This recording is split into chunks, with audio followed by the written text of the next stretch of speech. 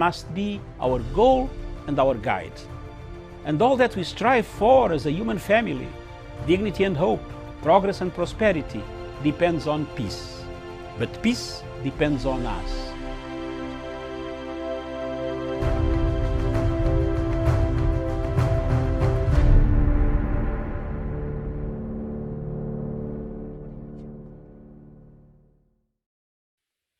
Thank you very much. Welcome back to Punchline Africa TV, broadcasting all the way from Nairobi, the Republic of Kenya.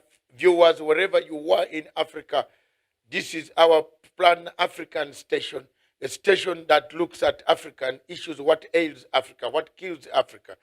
How can we resolve our own problems without inviting any other person to come to this continent to bring us more headache? Do we have a lot of headache? Do we have progress? This time is Kenya. In Kenya, President Uhuru Kenyatta has brought what we call a transformational agenda, an agenda that is going to take shape, that can bring Kenya by 2022 to world-class economy, to world-class health people, a universal health care, to world-class food security, to world-class affordable housing, and to increasing jobs through manufacturing and construction of houses. President Uhuru Kenyatta has stated that this is the most important aspect of his legacy, that he would like to leave a legacy in Kenya by having these items tackled.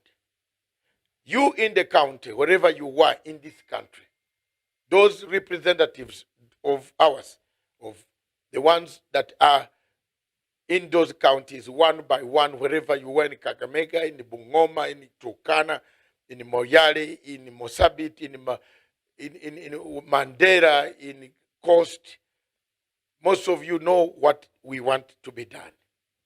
We want to find out exactly at the other places, Taveta, Migori, Siaya, Kisumu, Eldoret, which is North UG, which is also Narok. We want to know what is supposed to be done. What can be done to change the lives of the people of those counties and other counties in Kenya? What can we do to change, to help the governors, the local people, the citizens? What can we do to improve our housing? What can we do to improve our food security, to have enough food such that the food can never be a problem to Africa at all? Year in, year out, or year out, year in, we are begging for donors to bring us relief food. Yet we have arable land that is underutilized. Why can't we look at the arable land and start changing methods of farming, methods, tools? How much do we need to change our food production? Britain is a quarter of this country. But Britain has enough food to keep itself for over 200 to 400 years. Our food storage, do we need to look at it? Our food preservation, do we need to look at it? To improve food security, you need to talk about all these things. And that's why President Uhuru Kenyatta has said, let's talk about them. Let's tackle them now, so that by 2022, we leave a legacy for others who will take politically the train and the leadership of this country, going on that route. Instead, what has happened in Kenya, people are not thinking of the Agenda 4. Is it because the Big 4 action plan, people don't know what they are supposed to do? Is it because the research is not enough? What is the value that you can get out of a good house? What is the value that you can get if the industry is near your home? How many of us think of creating some small cottage industries, fishing, ponds, creating a simple pond and getting fish that will grow in the pond? How many of us can think of good health care? How can we change our health care system in Kenya? How can it be changed? Can it be changed by merely all the time saying, this is what we want? Or can it be done in a different way? To think, to bring in such that every 50 to 100,000 people have got a doctor and a GP who can have a referral system to refer them to diseases that cannot be treated in those small clinics or small GPs, which are many hospitals. The onus is upon us, upon the people of Kenya, wherever they are, with the help of any other people. Our role as a television station and the media is to publicize these initiatives of the president. We publicize the media, tell it as it is, writing in digital platform, writing on our Facebook.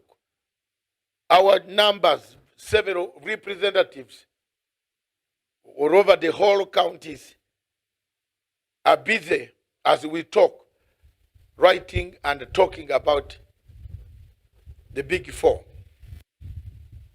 They are busy engaging in the Big Four activities to make sure that advocacy, campaign, publicity, to make sure that people are aware. We talk about food security. You can't have food security when you are cutting down all the trees. There will be no water. You can't have food security when you don't know whether there's water or this water is alkaline. When you see rhinos being transferred from places where water was not alkaline and taken to alkaline infested waters and they die, there is something wrong with the systems. So we need to come and talk about these things. We need to engage the citizens for them to choose what is available and what they want in their counties. Punchline Africa TV, therefore, engages the people every morning until the next coming several months. We shall be engaging people. We shall be talking about this Big Four. I now invite you to a clip that talks about the Big Four of the Jubilee administration. What can we do, and what can we do as citizens of Africa to help ourselves so that we don't get into a quagmire state that other countries find when they call for food, when they call for housing, when you see in South Africa, in Kenya, the slums mushrooming, Gorogocho, in Madare, in all these places. What can we do to elevate the lives of the people in those slum-affected areas? I invite you to the clip prepared by Punchline.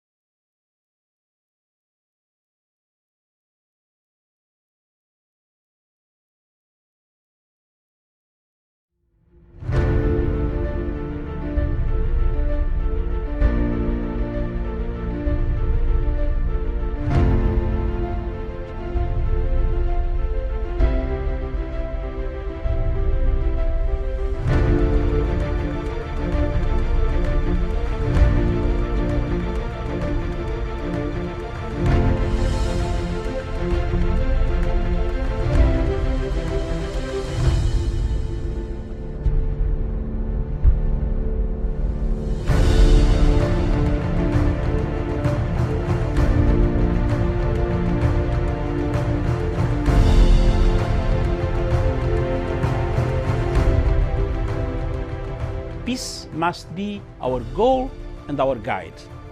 And all that we strive for as a human family, dignity and hope, progress and prosperity, depends on peace. But peace depends on us.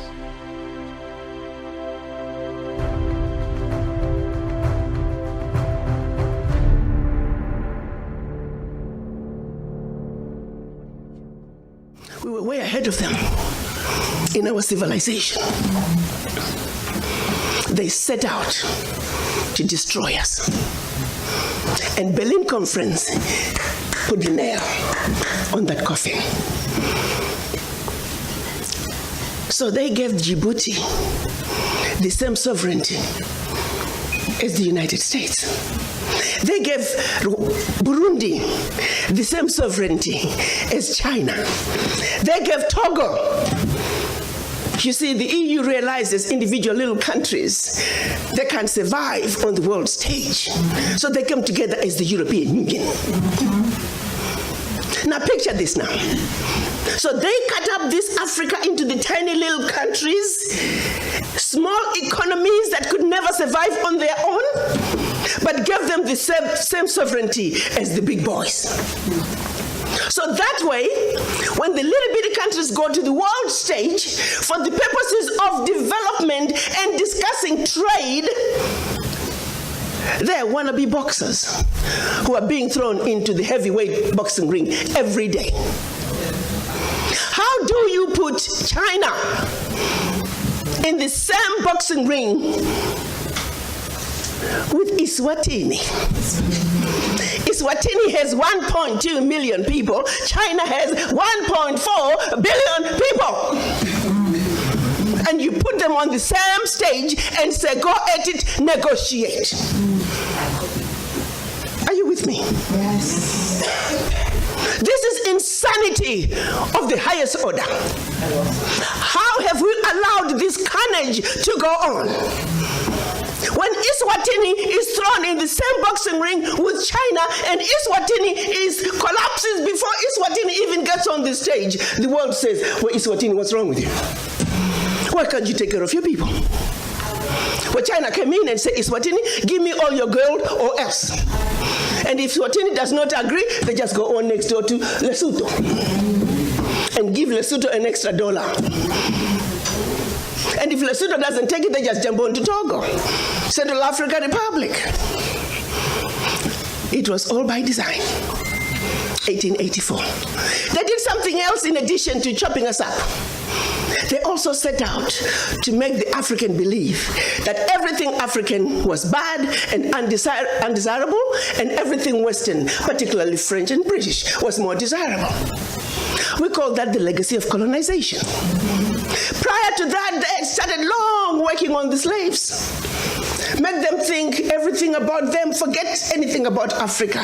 Where you come from is a horrible place, diseased and dying people, constantly at war with themselves, uncivilized. Cut out any communications with them. You need to just know what we tell you. And we call that the legacy of slavery. So that's where you look at where we are today. 135 years later, a system that was put in place to see to it that Africa and her children are forever defeated, that Africa is forever exploited, remains in place today, alive and well. And we sit here and we ask ourselves, why isn't Africa moving forward? Why does Africa continue to be taken advantage of? Well, I'll tell you why, very simply. Until Africa comes together as a continent speaking with one voice, one continent, one people, nothing, and I repeat, nothing is gonna change. As individual little African countries, we are wannabe boxers. We will never make it fighting against the heavyweights. We must speak with one voice. Yes. And this is exactly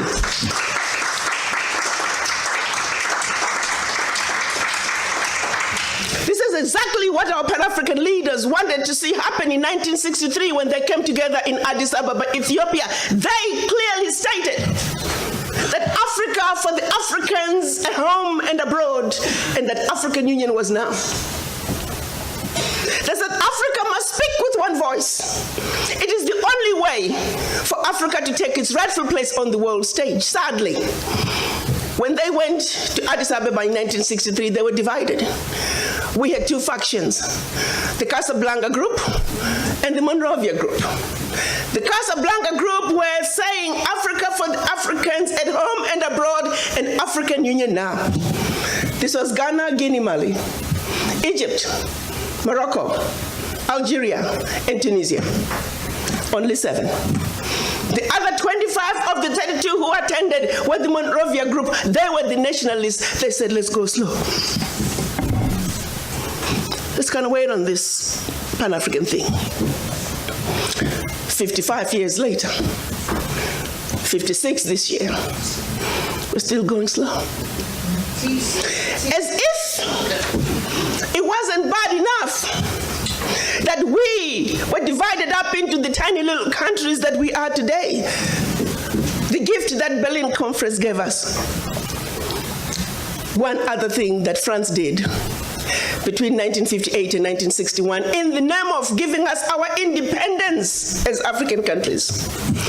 France forced the Francophone, and I hate that terminology. There is no such thing as Francophone, Anglophone. They made it up. But for the purposes of communication, I will use that. 14 of those countries, they said, in order for you to get your independence from us, you must sign this document. You thought they could have found a better name for the document. The document was called the Pact for the Continuation. I repeat, the Pact for the Continuation of Colonization. We are talking about giving you independence, but sign this pact for the continuation of colonization in a different format. And I'm going to highlight some of those issues that they said you must agree to if you are going to be independent. Hello. Maybe we need to redefine the meaning of independence for the French.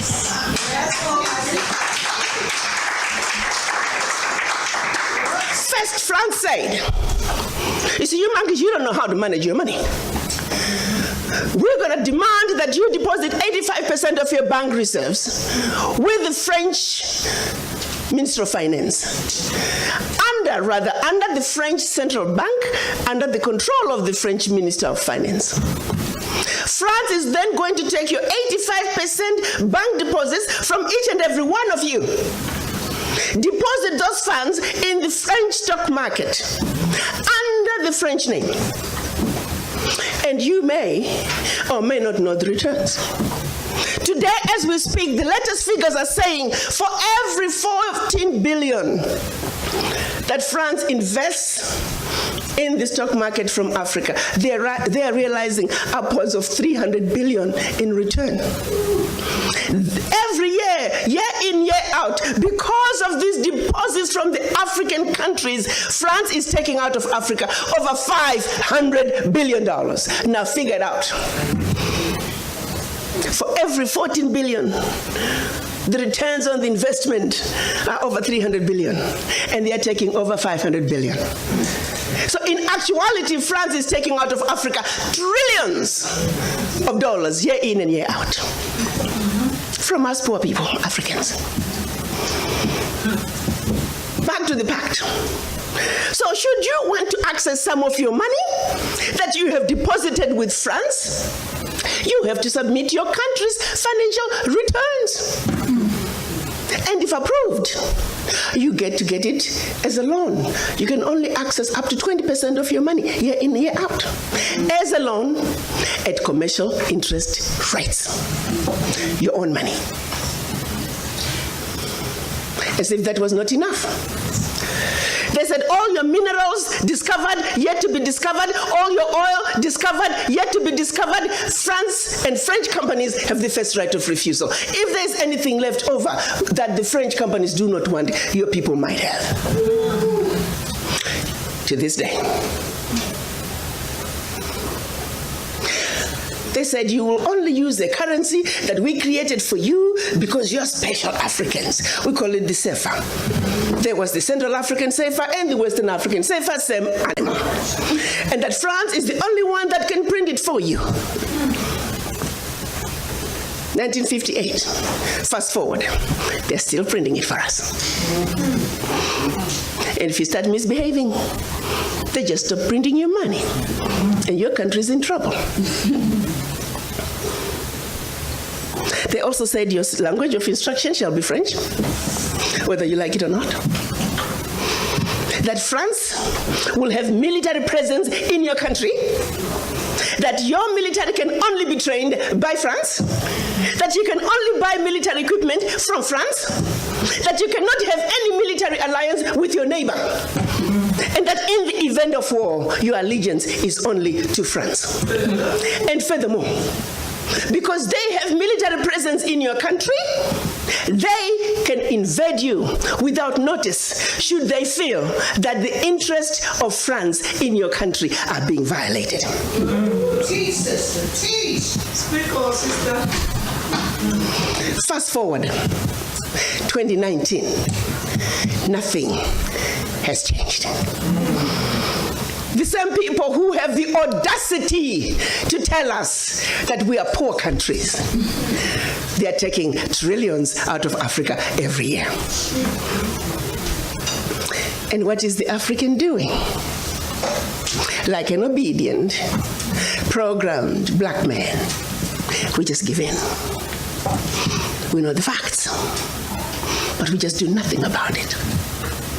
Now, you have to say some of the fears are real, because in France that has sold you inferior equipment to theirs, France that has trained your military to be inferior to their military, they are now in your country. They can invade you. They have the permission to do so. They can destabilize you.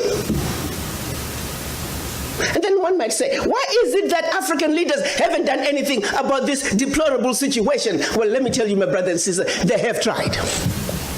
Documented to this day, 22 coups where leaders were assassinated. France had something to do with it. The first 7, when they decided they were pulling out of the CFA and that they were going to print their own money, they were assassinated. Every time an African leader has tried to do what's best for their country, they were assassinated. Majority of them aided by France. It's a known fact. And then others, they were just mercenaries who felt that when there was a natural resource discovered in one country, they wanted to create a coup. So while the country is thrown into a civil war, they're siphoning the natural resource. We know of one particular story that had we not known about it, it would have been, oh, there we go again, the Africans. In about 25 years ago, a group of young, rich white kids were having fun in Cape Town. They found out that there was oil in Equatorial Guinea that had just been discovered, and they wanted it. So they set out a plan to have a coup in Equatorial Guinea. So while the Guineans are busy fighting a civil war, they will be siphoning the oil. But they made one mistake. There were 2 planes. One was to leave South Africa, stop in Zimbabwe, pick up more ammunition on their way to hunt in Equatorial Guinea. Another plane was taking off in the Caribbean that had this puppet diaspora who was supposed to be the next president. Mugabe wondered why such young people needed such powerful ammunition to go hunt in Equatorial Guinea. In doing his research further, he found out that this was a coup in the making. He allowed them to land in Zimbabwe. They loaded their plane, and just before takeoff, they were all arrested. The ringleader of that group was none other than the son of the former Prime Minister of the United Kingdom, Margaret Thatcher. She had to fly to Zimbabwe and paid handsomely to get her son out. The last one of those prisoners left Zimbabwe about 6-7 years ago. Had these young people succeeded, it would have been another coup. There you go, the Africans again. Such, my brothers and sisters, is the story of your Africa. They don't do coups anymore. They simply create instability. So when you hear of an instability in an African country, ask yourself, what is really going on? Because what they are telling you is really going on is just a shiny object. The real issue is over here. And you need to stop before you start being used as an instrument of your own self-destruction.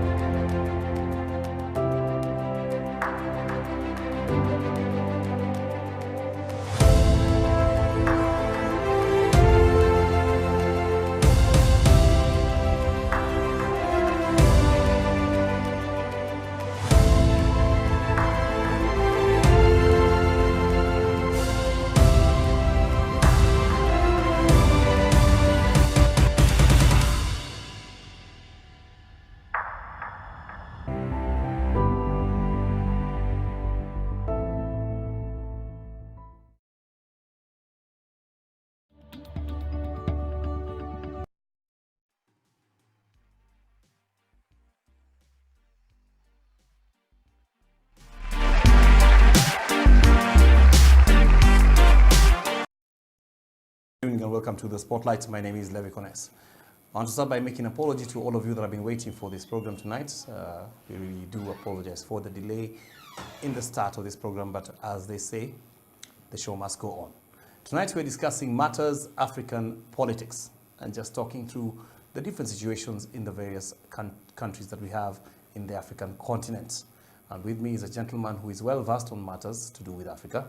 He is the chairman of the Pan-African Forum, as well as a media mogul himself, Dr. David Matsanga. Thank you very much for inviting me, and I'm always very glad to return to CAS TV.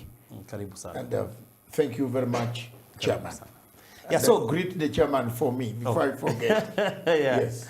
Yeah. Let me just ask, in your recent rounds in Africa, where have you been concentrating the most, and what's going on generally in Everywhere. Africa?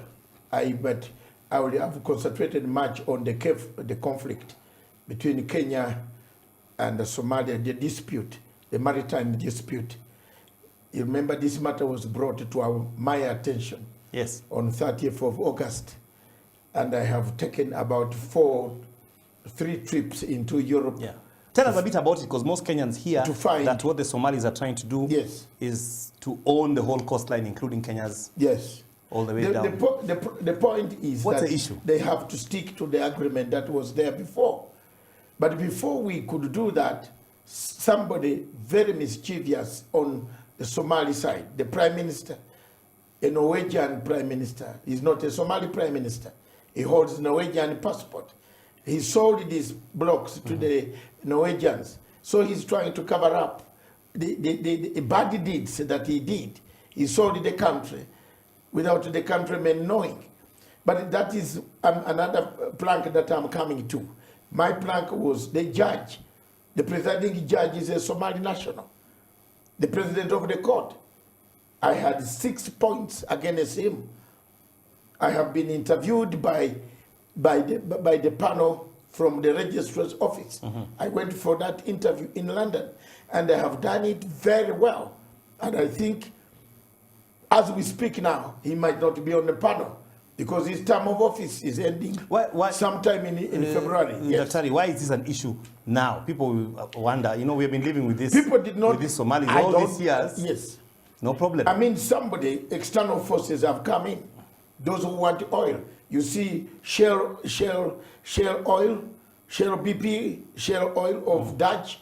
They have paid. They have rented what they don't even know.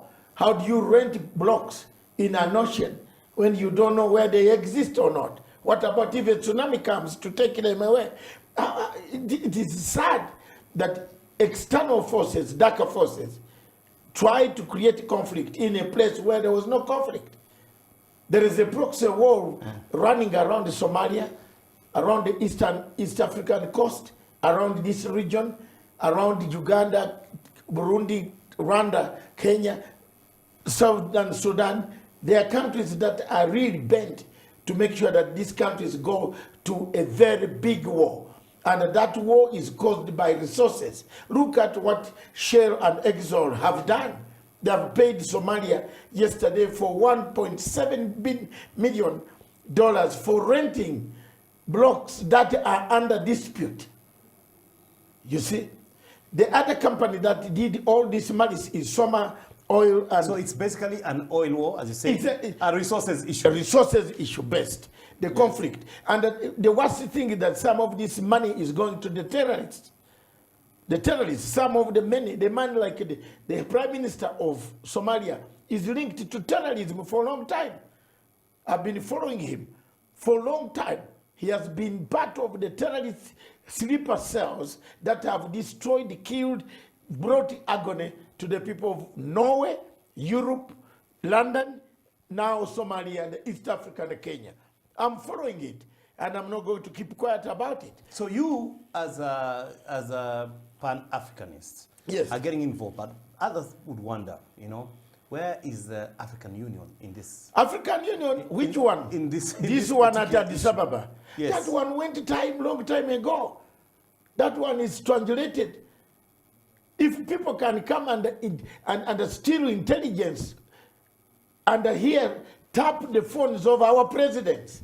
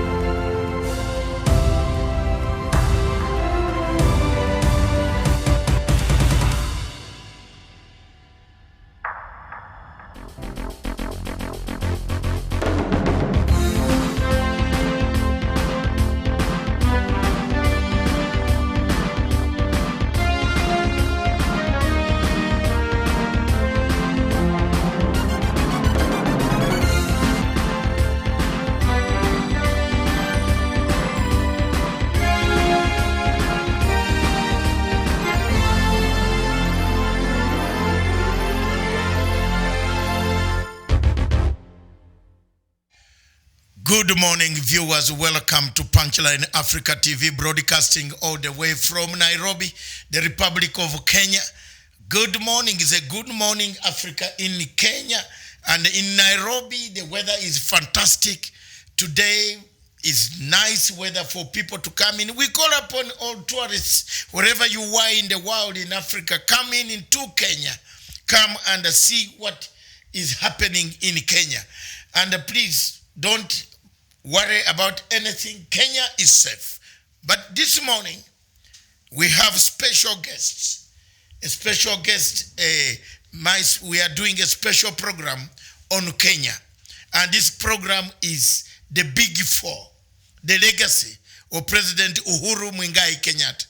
So for the viewers in other countries watching us live on our partner station, South Cameroon Broadcasting Corporation Live, we shall be on Kenyan issues, and later on, Miriam, at the end of the tale, we shall have other African news that will come in after we have done 1 hour of the Kenyan news. Good morning again. We shall later on cross over to the CBD of Nairobi, where our correspondent, Samuel Tawish, will be telling us exactly how people feel about achievements that have been done by Jubilee government, by the president, and how much the president has struggled to bring about all these changes. With me in the studio is none other than one good friend of mine, Miriam Ogutu. Good morning. Good morning to you, Dr. Matsanga. How are Yes. you today? Take it, test the microphone. Yes, indeed. And we still continue with our countdown. 13 days to go on South Sudan's peace process. We told them we'll be doing that every day. Yes. But yes, the Big Four agenda, this is something that is very close to the heart of President Uhuru Kenyatta. And, near where I stay, actually, I see the housing project. It's almost complete. The president launched it, I think, a few months ago, and it's doing very well. And so other things we have to adjust, have a rain check and see how far is the president as far as his Big Four agendas, the housing project, the universal healthcare. That is something we'll be looking at. And of course, when we link up with the Tawish and the CBD, he'll tell us the feelings from different Kenyans and if at all they feel the president has made any progress in terms of the Big Four agenda. And we shall also switch to our satellite live from Saudi Arabia, where President Uhuru Kenyatta is. Some news that we have got a tinker on our system, satellite system, Saudi Fund. The president is in Saudi Arabia. Yes. We shall have time to switch on, crossover, and bring that event that is taking place. You see, with our mechanisms in this place, we don't need too many journalists to travel along.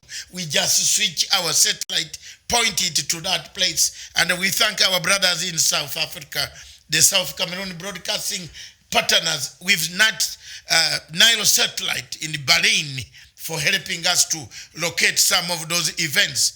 Later on in the program, after we have done the Big Four, we shall look at that meeting which is taking place right now, where President Uhuru Kenyatta is about to address the people in Saudi Arabia on Saudi Fund development, which is taking place. 7 African leaders are there in Saudi Arabia. This is a great move. Saudi Arabia seems to be pulling every country in the West is pulling African leaders. The African leaders have been very busy for the couple of last few months because they just came from Sochi in Russia last week, and now all of them, or majority of them, are in Saudi Arabia. Africa is the place to be, but we don't realize that. That is the irony of the whole thing.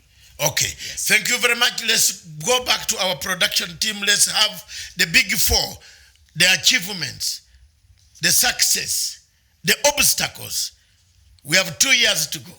President Uhuru Kenyatta has to leave a legacy. Are there good things that the president has done that people have not seen? Yes.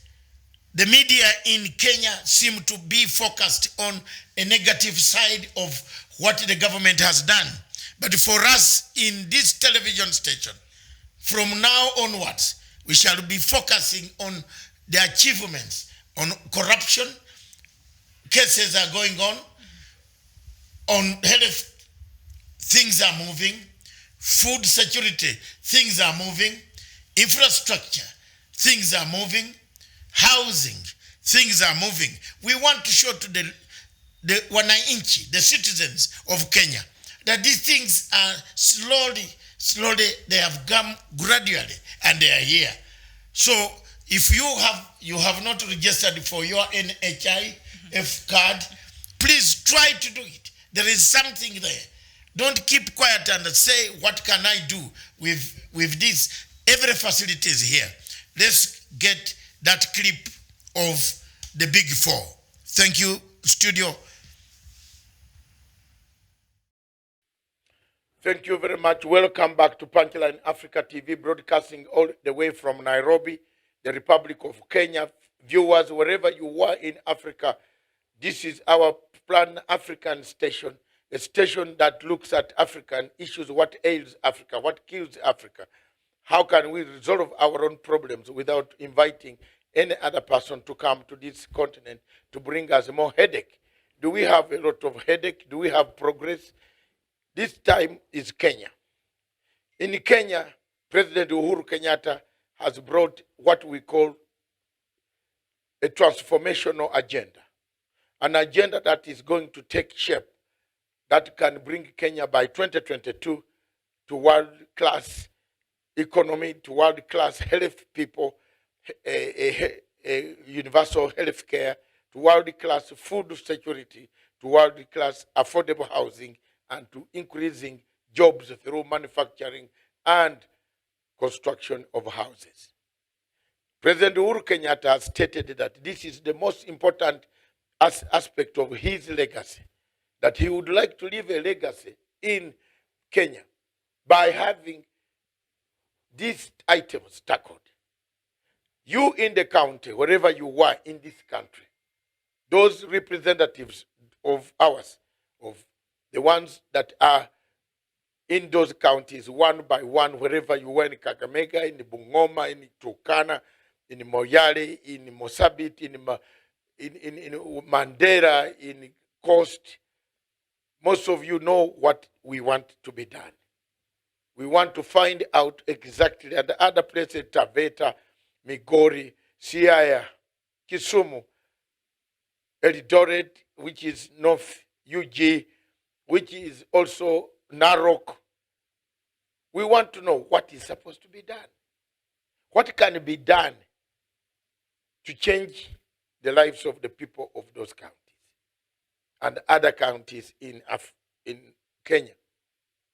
What can we do to change, to help the governors, the local people, the citizens? What can we do to improve our housing? What can we do to improve our food security, to have enough food such that the food can never be a problem to Africa at all? Year in, year out, or year out, year in, we are begging for donors to bring us relief food. Yet we have arable land that is underutilized. Why can't we look at the arable land and start changing methods of farming, methods, tools? How much do we need to change our food production? Britain is a quarter of this country. But Britain has enough food to keep itself for over 200 to 400 years. Our food storage, do we need to look at it? Our food preservation, do we need to look at it? To improve food security, you need to talk about all these things. And that's why President Uhuru Kenyatta has said, let's talk about them.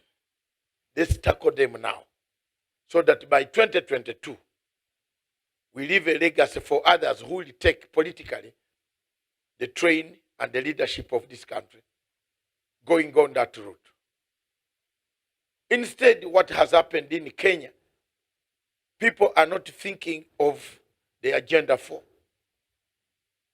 Is it because the Big 4 action plan, people don't know what they are supposed to do?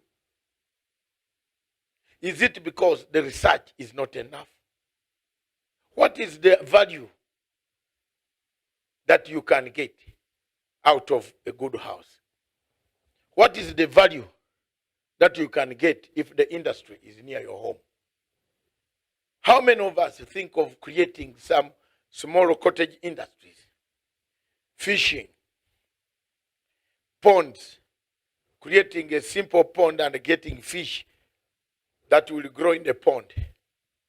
How many of us can think of good health care? How can we change our health care system in Kenya? How can it be changed? Can it be changed by merely all the time saying, this is what we want? Or can it be done in a different way? To think, to bring in such that every 50 to 100,000 people have got a doctor and a GP who can have a referral system to refer them to diseases that cannot be treated in those small clinics or small GPs, which are many hospitals. The onus is upon us, upon the people of Kenya, whoever they are, with the help of any other people. Our role as a television station and the media is to publicize these initiatives of the president. We publicize the media, tell it as it is, writing in digital platform, writing on our Facebook. Our numbers, several representatives all over the whole counties are busy as we talk, writing and talking about the Big Four. They are busy engaging in the Big Four activities to make sure that advocacy, campaign, publicity. Viewers, that is the position on the Big Four. Food security, health, universal health care, housing, affordable housing, manufacturing. Many of the people in the rural areas would like to know how food security is very important, to have food enough for eating and surplus for export, to have enough food to feed families. Many people would like to know what universal health care is.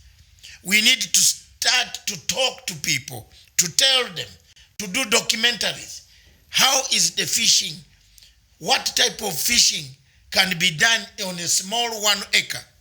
We need to go out inside in the villages, get our teams that can come up with all documentaries, weekly, daily, so that fishing can be improved. Fishing can become one of the food. When people talk about food in Africa, Miriam, in Siaya, for example, people think of the maize, but fish is also a food item that must be stored, that must have facilities for. What do you think? Yes, indeed. While I was watching that clip that I think you did a few months ago, there are some important matter there that you've raised that I think perhaps the need for why are Kenyans a bit aloof when it comes to the Big Four agenda? Is it because they feel they were not really consulted during while the government was laying out this plan? Why do they feel like it's a bit perhaps lofty? Why is the disconnect? Why is the disconnect between this agenda that the government has for the people of Kenya, which I think, should it be realized, will change lives in this country, and how it has been received with Kenyans? Where is the disconnect? Because I think most of the disconnect is as a matter of, that is one of the obstacles. I think you said, we have said 3 items: obstacles, success, and the challenges. One of the obstacles is when the agenda was set out, there was quite a lot of politics that was involved. So time has come for us to remove politics from it and show the people, the ordinary people, the ordinary citizen of Kenya, that if you have this, you can improve the food security. If you do this, you will improve the healthcare system. If you do this, if you can plan for a cheaper housing in your local area, a cheaper industry, an industry, a cottage industry. For example, look at what we want people. How many youths can gather themselves into a group in Kayole? You buy one washing machine and another washing dryer. And get 2 iron boxes with charcoal or with electricity has gone almost everywhere in this country. And 10 youths, if you can be washing people's clothes, ironing them, their shirts, when they come from school, they pay you 300 shillings or 100 bob or 20. And if you are doing that as a small group, this is, you see, a small cottage industry begins there. Then you end up with a huge, dry cleaner in Kayole, made by youth. But most of the people in our African context, especially Kenya and Uganda and other places, people are focused on the government getting them the jobs. But there is a job. There is the youth fund where you can go and borrow 50,000 shillings and buy dryer, buy this, buy that. You iron people's clothes. There are so many people who are lazy who want, I'm not condemning them, but they go to work very early in the morning. They don't have time to wash these clothes. But you can say, bring your shirts here. You'll have them in the tomorrow morning. You put in a dryer, iron, another youth is ironing. You earn your living.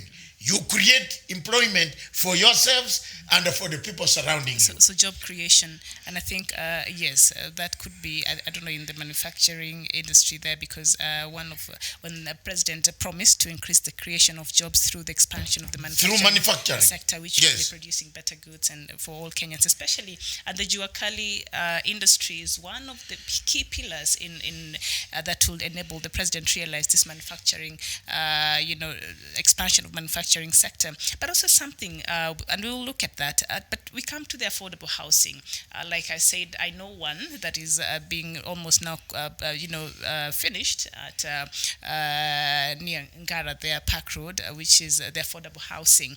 But in this dream that the president had in the Big Four agendas, did he just concentrate in the urban areas to solve the housing crisis in the urban areas, or what plans did he have for the rural settings, the small towns and the rurals of Kenya? Indeed, this is the type of information that we now want to disseminate to people.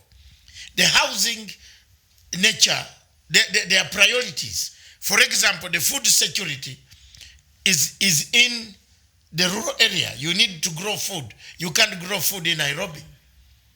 Although you can do small-scale intensive farming in Nairobi, where you can have your bananas, where you can have a few things. But for real farming, it must be done in the rural area.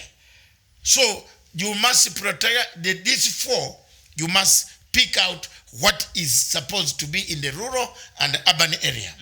And that is exactly what the situation is. I think originally, when the rollout took place, very many people, as you have just said, very many people were confused as to what is for the town, what is for the rural. Housing definitely is for the urban centers. And not only urban centers, but even in the rural area.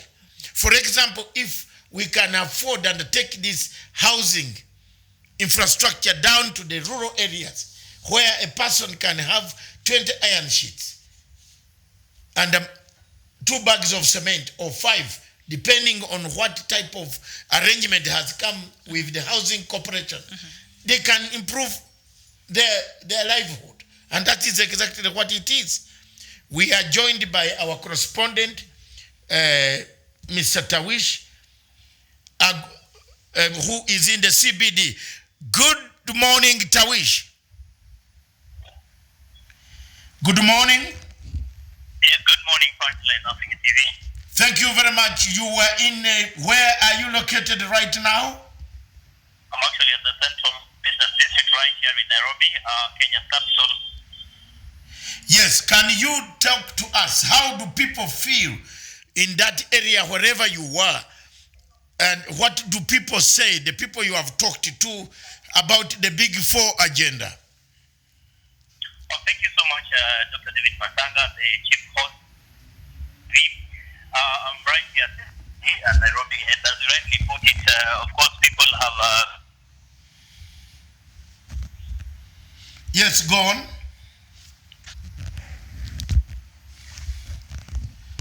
We seem to be losing you, Tawish. We seem to be losing you, but go on. Yes, that is Tawish. So you were asking, is coming online again, but we shall get him on another line. He will be calling us. People need to know what are the priorities in the Big Four, which place they are supposed to be. I think at the beginning there was that mix-up, which might have caused a lot of, misunderstanding. But there are good things that have happened in the Big Four. For example, it is the healthcare system. Some people now just go with the card and they come out. There are people, they're waiting for these houses. Those who have tested some of the houses feel very happy that there is something very good coming. Some people are arranging themselves for the housing, the cottage industries, small cottage industries. For example, these developing countries like Britain did cottage industries. They did not start with big industries in industrial areas. They started with cottage industry, making beads, making things like this. This is a very big trade now, making flags for countries. People these are some of the big four areas where the president earmarked for his manifesto. And something else, one of the also big four agendas is food security, which I think is very, very important in this country, owing to the fact that when you see what was happening at the beginning of the year, when Turkana County, was suffering from, hunger there, and the images that were coming there of Kenyans really malnourished and things like that was not a very pleasant look to see, especially in the 21st century. So that's why I think President Uhuru Kenyatta thought food security might cure some of these things, and in the 21st century, a country like Kenya should be able to feed its own people. But on that, the government promised that it will continue to encourage large-scale commercial farming to increase and diversify the staples in the country through irrigation and other technologies. But when you look at scandals like the maize scandals that we experienced, the farmers from the Rift Valley, which is the breadbasket of this country, how are things like this negating, the gains that President Uhuru Kenyatta and his government are trying to make in making sure the country is food secure, while we have farmers who are trying to make sure they feed the rest of Kenyans, being such an injustice being meted on them, especially with their leaders from that side? I think very many people have talked about the president adding the big five. One of the next five, the item number 5, corruption, is anti-corruption. Anti-corruption is. The president and the people of his administration, quietly, they have been fighting corruption to a very good level. The levels are so high. The DPP, DCI, EACC. You can see there is a move towards removing corruption as an epidemic that has become endemic actually in the society. And this again is that the main television stations have not brought it to the people.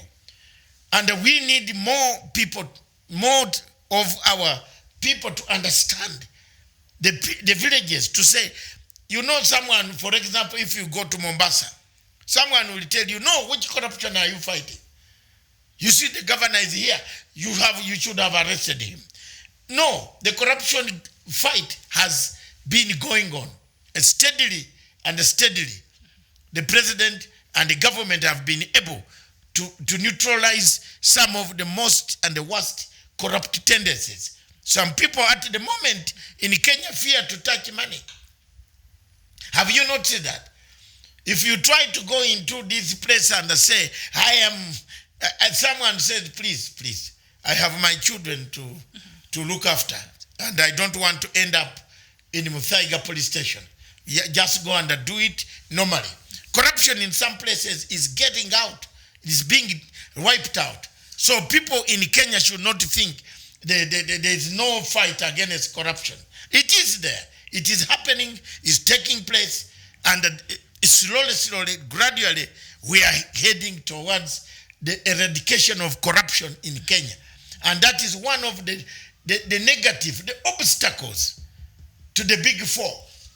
Because when the president inaugurated the big four, people went out to spring with projects that were not complete. That's why the president and the government put a stop to any new projects, and they concentrate on these other projects to finish them, such that people can now see this is done, infrastructure is there, the houses have arrived, the food security. The farmers that you talk about in the Rift Valley, indeed they had a bit, that was the best cry that I have ever heard last year, when they confronted the governors and the senators, and they said, we have the maize, but somebody has brought maize. That is again part of an obstacle to agenda number 4, the big 4. I mean, the dams are supposed to be supported. The same water. Look at the corruption. The dams are supposed to improve food production.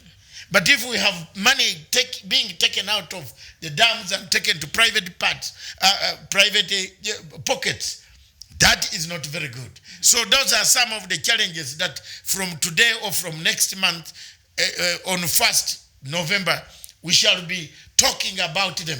You see, when you discuss these matters, some people even pick 1 or 2, 3 things in the rural areas. We shall have our correspondents right. We still have a network of so many people linked in Mombasa in Western, we have in North Masabit, we have in Migori, our correspondents are there. And they will be linking us with the progress of what has happened in the Big Four. We need every morning to have those people online. And then they tell us the difficulties. Is the dam complete? Which one? Is the pond complete? Which dam?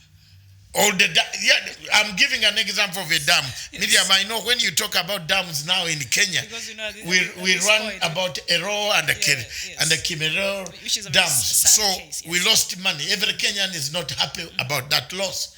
And we hope the government will recoup that money somehow. Yes. But these are some of the things that we need to engage our people. We engage the people of Kenya on a daily basis. Anybody down on his way back home from the market, let him hear something about Big Four agenda. Big Four agenda.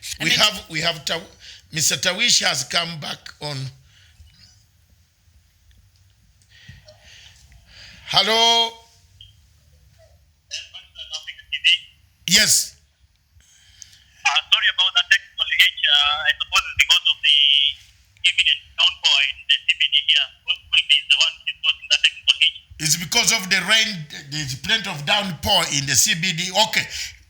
Briefly, Yes. what do people know? How many people have you interviewed since morning who you have talked to, and you have your record there holding it? We can't bring you live on air, but next time, tomorrow or the other day, we shall be bringing you live on air. It is live now. No, live by link, Yes. but we shall bring you by Skype on our. How many people have you talked to about the Big Four? Well, Dr. Masanga, I've actually interviewed a couple of people, considerable number, let's say 20 people from the streets, and talking to, different people, the youth, the women, and the men, giving largely their views as regards to the Big Four agenda and what President Kenyatta has achieved so far in as far as the Big Four agenda. You're looking into the successes so far, the failures. What are the obstacles that the Big Four agenda is facing as far as its implementation is concerned?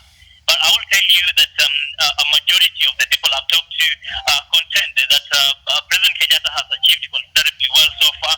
He has done so much. He's exhibited the kind of commitment and devotion in saying that the Big Four agenda really succeeds. People are also so much excited about, of course, the handshake between former Prime Minister Odinga and President Kenyatta, and also looking onto the Building Bridges initiative and what Kenyans anticipate highly to see what will be the recommendations of the Building Bridges initiative. Remember, the team has already done its work. It had over a year. They have prepared a report, but they are here to present it formally to President Kenyatta. And so that is what exactly Kenyans are talking in the streets. They are waiting to see. Discussion is right. They want to understand exactly, is there a possibility of change of governance? Are we going to have a referendum by the end of the day? Is there going to be a creation of the Prime Minister position? In short, Tawish, yes, the people are eager to hear about the BBI, but are there many people asking about Agenda 4? Because that is what we want to introduce every day.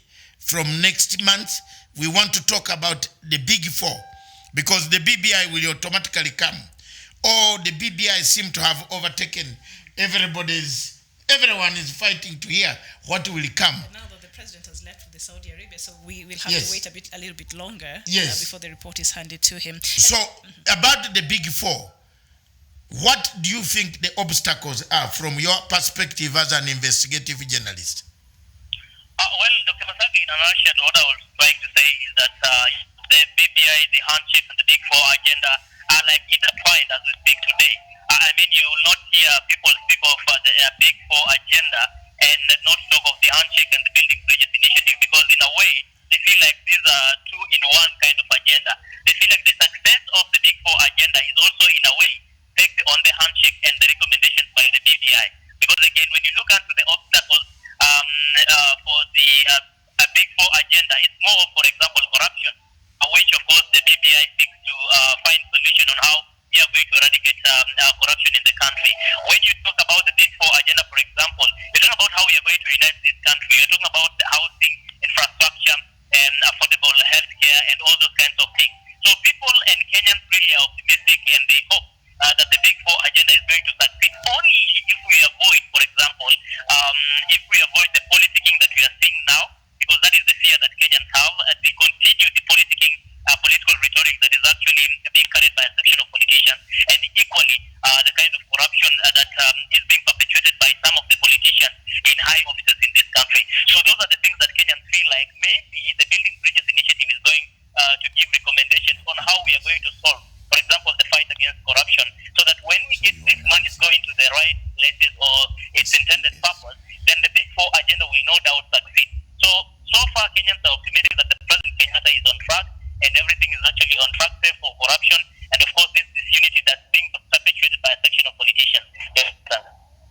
Okay, thank you very much, Samuel Tawish.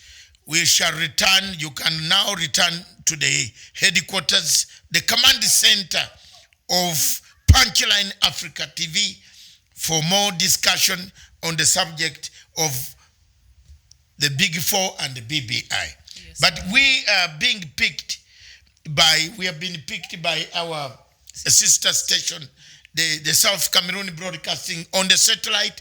Those viewers on the satellite system, we are going to come, when we finish the agenda for the Big Four of Kenya, we shall come to your news and everything of Africa, because people are eagerly waiting.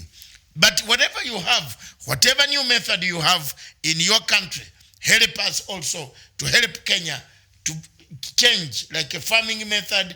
What do you do? How do you do your farming in Lagos, in Abuja, for example, in Nigeria?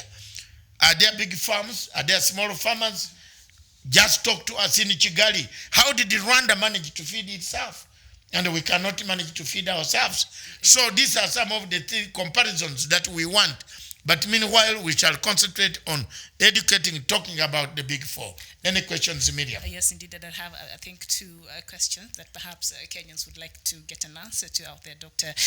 Of course, the ministries of this country that are headed by the CSs, they are mandated in implementing the Agenda 4 in the different ministries across the country. And President Uhuru Kenyatta came out and, very clear about it. Whatever ministry you've been given responsibility, you have a responsibility of making sure that you implement these Big Four agendas depending on the nature of your ministry. But when we look at the division that has been experienced, that Kenyans have been seeing in the cabinet, President Uhuru Kenyatta's cabinet, how will this help in advancing and making sure that this Big Four agenda is realized, or this split in the cabinet, will it act in, will it be counterproductive?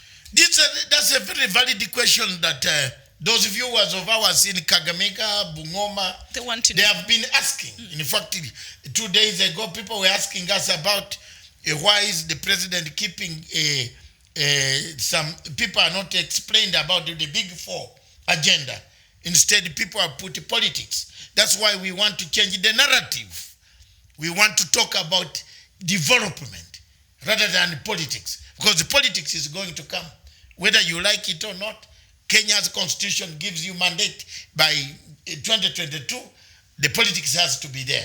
But at the moment, we want to count the successes, the failures, the obstacles. What can be improved on Agenda 4, the Big Four, and what has been done, corruption cases. Let's highlight them. Let's help the government to fight corruption. That is what people in Kenya should be told everywhere, in a bar, in a restaurant, in a nightclub, in a school, in whether you're a gatekeeper, you're a housekeeper, you're a housemaid, you must listen to some of these programs. What is coming next to your place? Recreational facilities. Housing brings recreation. Affordable housing, in those type of houses, you come together and you form a recreational. How many of the people, when we grew up in estates, we used to play football, we used to play netball? How many people know each other? Because people are not being talked to. Those are the type of things that we want to change the narrative. Another question? Maybe before I just leave you to continue with finish your African news, yes. And then from 1st of this month, or tomorrow and the day, we shall be doing the Agenda 4 for our viewers in Kenya, the Big Four. That is what we are going to stick on. Yes. Any questions you have on the Big Four? Just one, yes. Just one more last one. What would you say to Kenyans or other ministries that are feeling perhaps this Big Four agenda, the expansion of manufacturing sector, the affordable housing, the affordable healthcare, food security, has sort of taken the spotlight from other things that could also be important to Kenyans? How would you respond to people who have... There's nothing important to any Kenyan than food. Countries like Uganda they have food. You know why people don't come to the streets in Kampala? They have food. The stomachs are full. And very good news has come right now, and I think our viewers better listen to this. The Star newspaper Frontline President Museveni and President Uhuru Kenyatta met in Karamoja last month. 2 months. The outcome, yes, the outcome is here. Isn't this the thing I've been crying on this television every day? That if you change West Pokot to Turkana, they laid down their arms and start doing something. I am very impressed. Pokot youths put down their guns and pick up fishing nets. That's very good news there. Thank you very much. We encourage, these are some of the projects. We want to fly to Kapenguria. We want to drive to Cambodia. We have our cars for Punchline. We can go anywhere. Now we need the governor to make a cold room there. Yes. To encourage. Take a cold room to encourage people to bring guns, give them fishing nets to make money. This food part of the Agenda 4. And that is a very good thing that President Uhuru Kenyatta has done as the President of the Republic of Kenya, to go and ask President Museveni that there is one thing that I have to give credit to President Museveni, is he has done a very good job on the Karamojongs. They used to walk naked. They are now wearing shoes. They wear shirts. They wear dresses. They now also produce cabbage, tomatoes, onions. They send it to Kampala for sale. Why can't West Pokot emulate that example? I am very happy with this development. I think at last my dream, my wish has been answered. The fish will be found from Kapenguria. There are very many good rivers around West Pokot. I've traveled in those areas in the 80s as a younger man.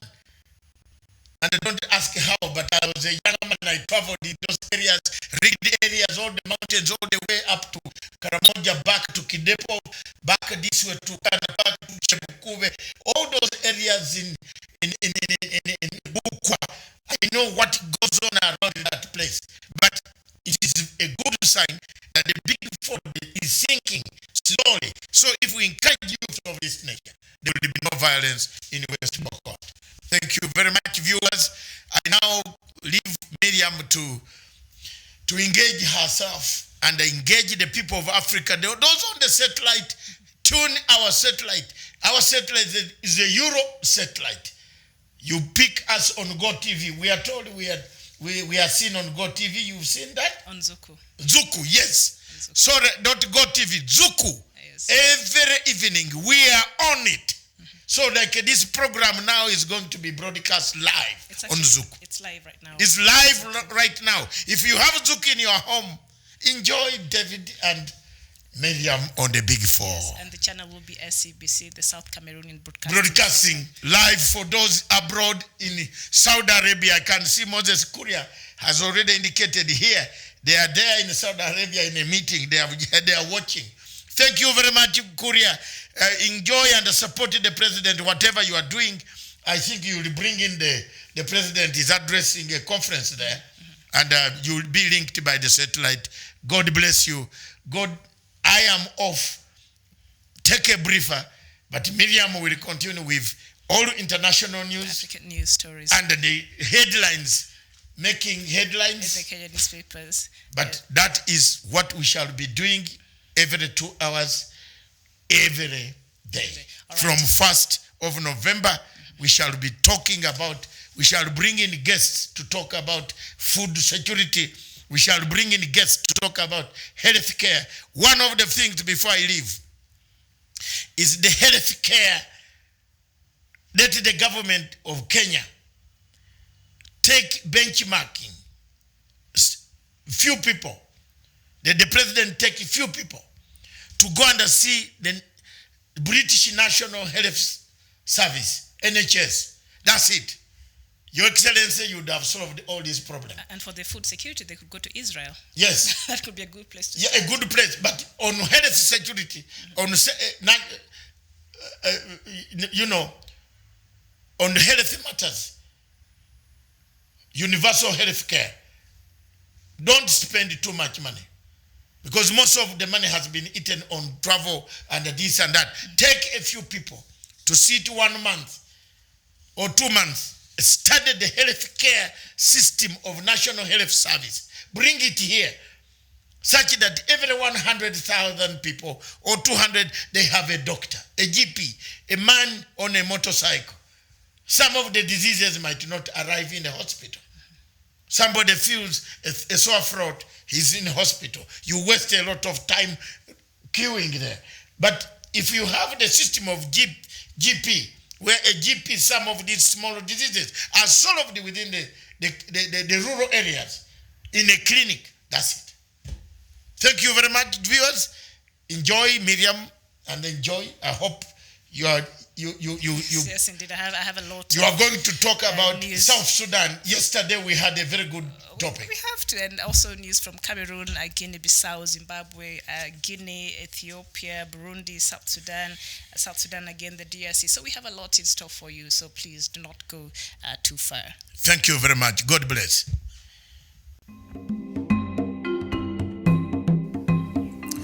Today, thousands and thousands of Africans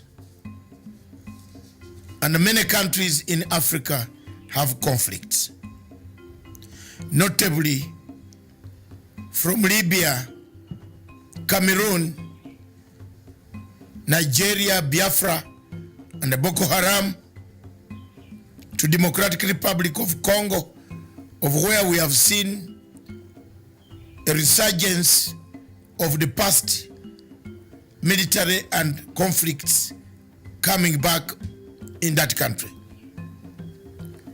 Hundreds and hundreds of people have been displaced, killed, maimed, tortured, raped, several of them dying of hunger, starvation, and other natural causes. The fighting seems not to be ending. For the sake of Libya,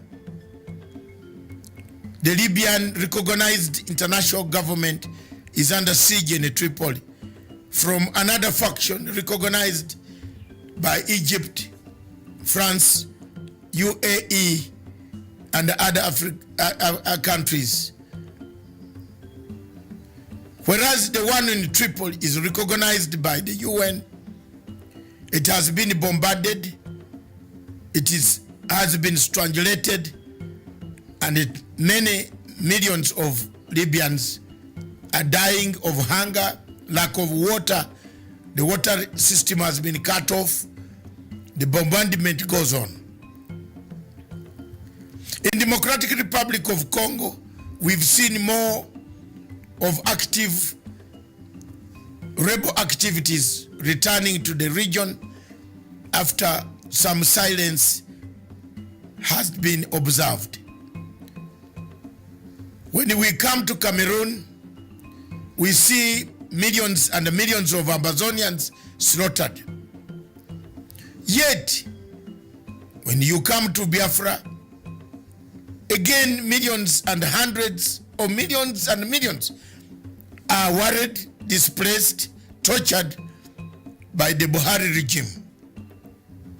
Yet again in the north, we see Boko Haram killing, maiming, abducting,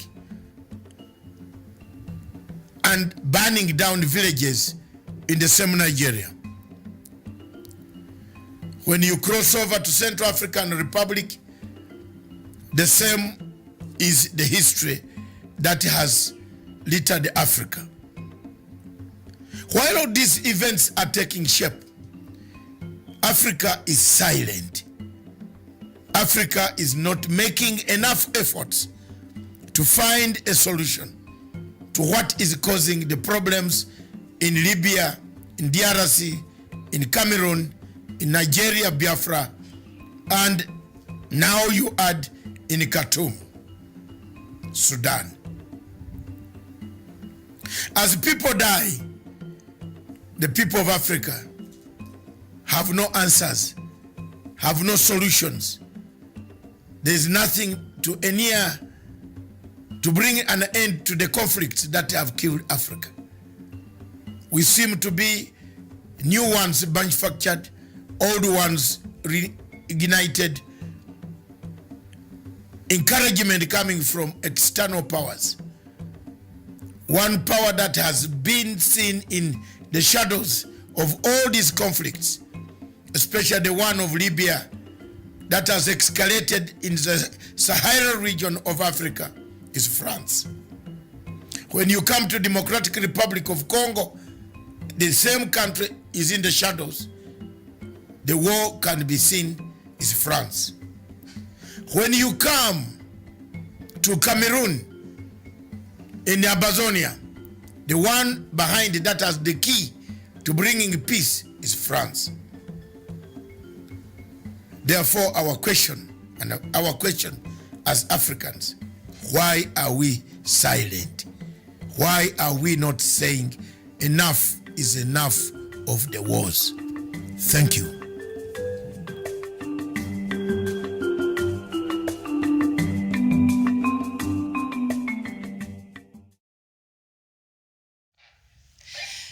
Welcome back. This is Good Morning Africa show, and on the first part of the show, we were together with Dr. Matanga, just looking at the Big Four agenda. That is something that President Uhuru Kenyatta wants to leave as his legacy. Remember, he's serving his last term, and only 2 years to go remaining on his the second and last term. So it is very important for President Uhuru Kenyatta to realize this agenda 4.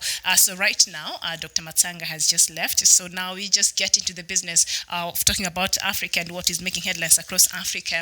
And there are stories that we've been keeping a very close watch, that including South Sudan, of course, Amazonia, Biafra, and the rest of African countries. So let's just get into it, and we start with Cameroon, where at least 37 people have died and others are feared trapped underground in a landslide on Monday in the west side of Cameroon. Officials have said rescuers in the town of Bafoussam have been looking for survivors in the remains of houses flattened by earth dislodged after heavy rains.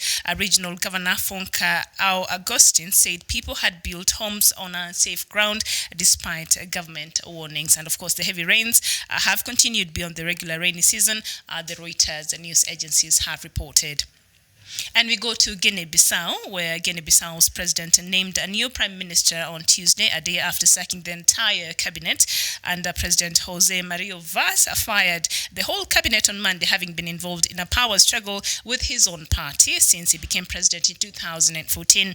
President Vaz, who will be running as an independent for a second term, said he suspended the government because of a serious political crisis that had hindered the functioning of state institutions.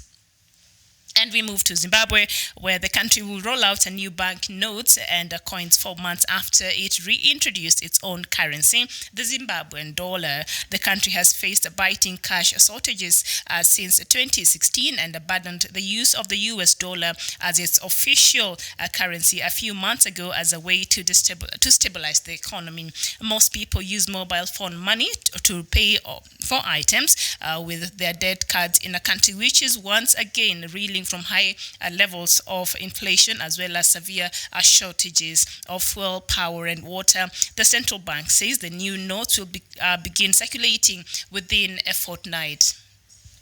And we go to Guinea, where arrest of young men who has continued in Guinea for over a week, including hundreds of nationals of neighboring countries, with the Guinean authorities say present a threat to the country's security.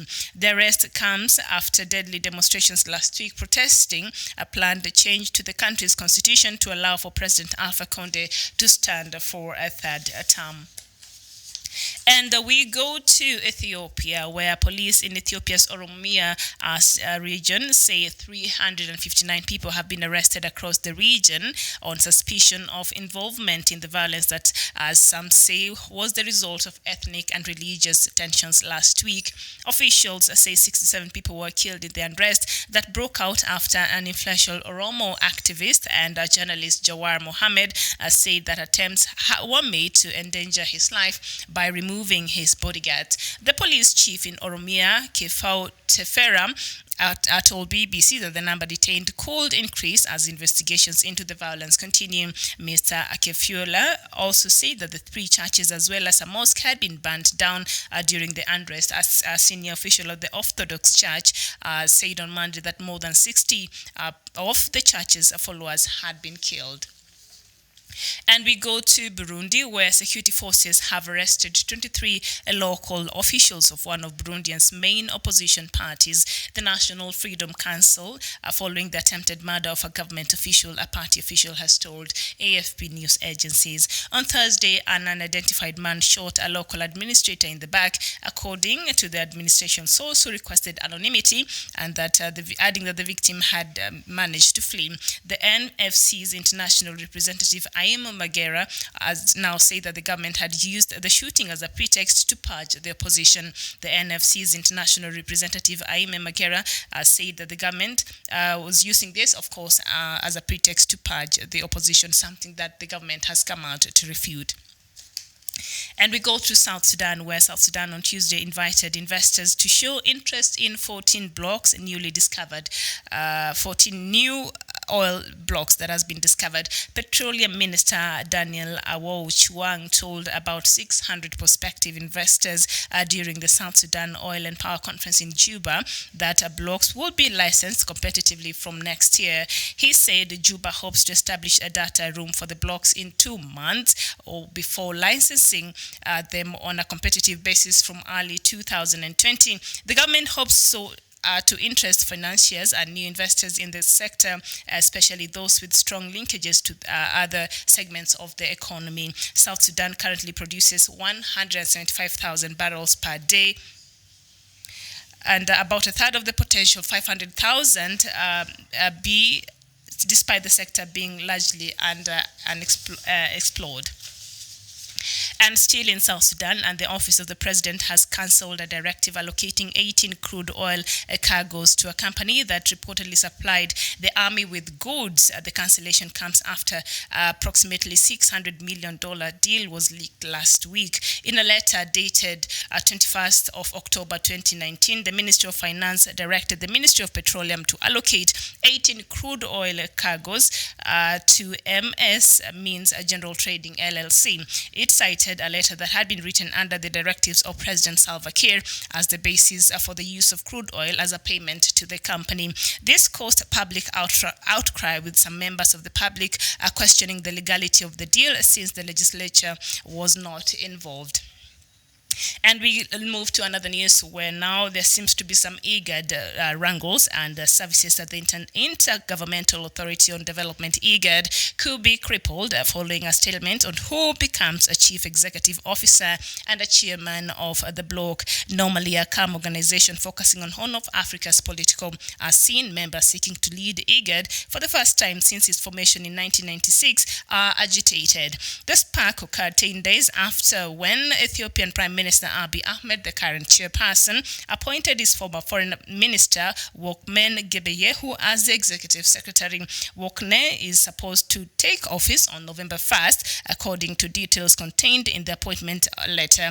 Member states complained that the decision did not follow laid down procedures. And we go to Mozambique, where Mozambican President Filipe Nyusi and his Frelimo party won a resounding victory in the October 15th elections. While opposition parties now are planning to contest the results, commentators see little chance of them being overturned. Official tallies show Nyusi winning 75% of the presidential vote. Frelimo will hold more than 2/3 of the seats in the national parliament, and the party has a majority and the right to nominate the governor in all the country's provinces. And we end with the Democratic Republic of Congo, where months of unrelenting militia attacks in the Eastern Democratic Republic of Congo are driving more people from their homes, adding to the millions already displaced and threatening to spread insecurity.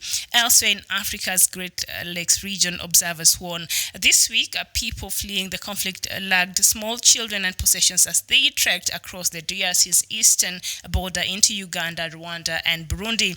They fault the Mai Mai, a general name for the scores of armed fighters groups that have engaged in ethnic clashes for decades. Since May, attackers have burned about 160 villages in Banyamulenge ethnic Tutsis and killed at least 200 people and stolen cattle that provide their livelihood, and also forced more than 200,000 people to flee.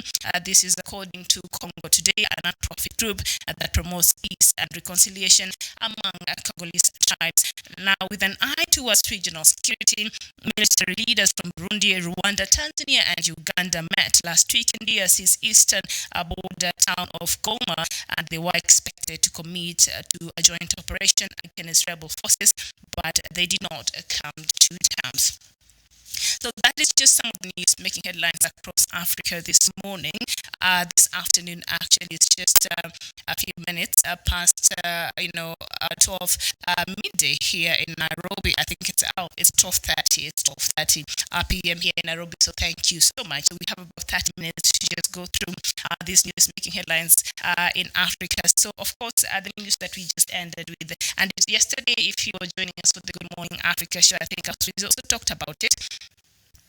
And now this militia problem, unrelenting militia attacks in the DRC Congo. I don't know what is happening in the Democratic Republic of Congo and who could be behind some of this militia activity in the DRC. And we see now there has been another move of people who feel that their lives have been endangered, especially from these villages of Banyamulenge ethnic Tutsis. They originally from Rwanda, and so now they're being forced to leave. And I was just watching one of the news items in the morning, and they're saying the reason why they're being killed is because they're being told they don't belong in the DRC. I think during the war, the genocide that happened in 1994, some must have moved and went to DRC Congo and other African countries and perhaps settled, and so they've never found a need to return to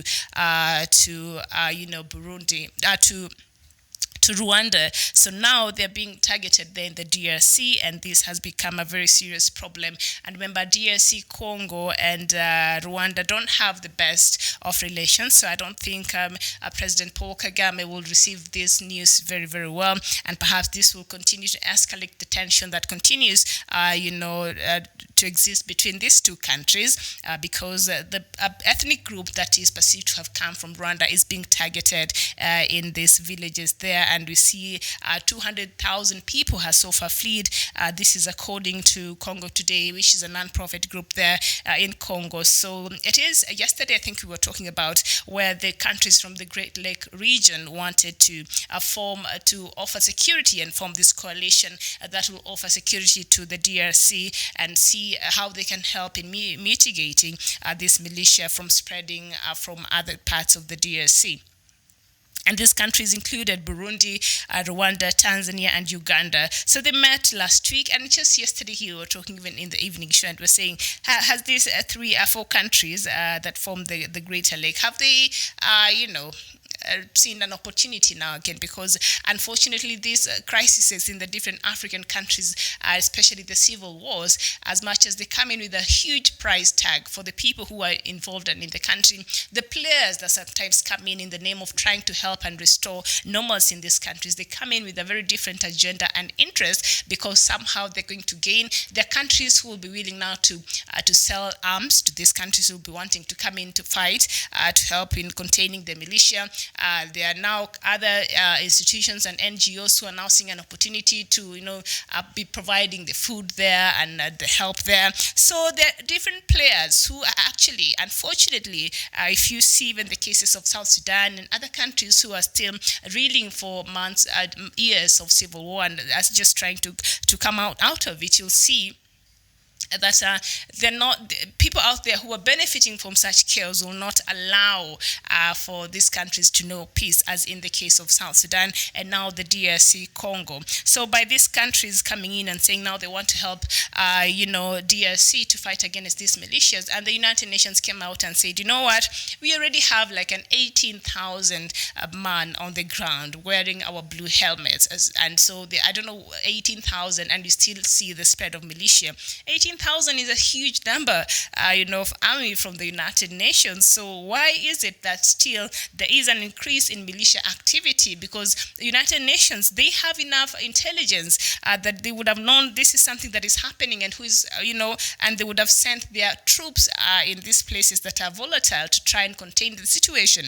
But you see that the UN, obviously, army, or the UN forces have not been to this place, because if they were, perhaps such number of people who are fleeing or such deaths that have been experienced in these parts of Congo would not have happened. And so these Great Lake countries have seen an opportunity to come in, and now they want to come in and help Congo contain these, militia attacks. But the UN came out and said, if you countries want to come in, if Uganda wants to, if Burundi wants to come in, Uganda wants to come in, Rwanda wants to come in, and Tanzania wants to bring its troop here, you guys can do it at your own expense. We are not going to be involved in this because we already have our own army there and our own troops there that we are paying. So if you want to come in, you can take care of the expense. So that led to these countries not really committing to a joint operation against rebel forces. And that is why I was saying, if they really meant well and wanted to come in and really help the DRC Congo, they would have. But they had seen an opportunity where, if at all now they make these calls, perhaps they were hoping that the United Nations will pay attention to this and will support them, especially when it comes to monetary support that they could be needing in terms of having this operation, because it's a very expensive operation. But also that could be one factor, but also something else. What other opportunities are these countries seeing? And forgive my skepticism, but if you've been reading enough material about these civil wars in Africa, if you have come through a lot of watched or seen, at the end of the day, when there's a crisis and something is happening that is not right, there is somebody out there that is laughing all the way to the bank. There is somebody out there that is actually benefiting from these unfortunate incidences that are happening. So, so at the end of the day, did these countries truly want to come in and help, the DRC, even after the United Nations said no? I think they would have devised a way. If they truly wanted to help in stopping the militia, they would have found a way to really help the DRC. But because perhaps that was not their the intention they had, perhaps that would have been the reason why, an excuse to come in and try and help the DRC, and perhaps had other agendas. I don't know.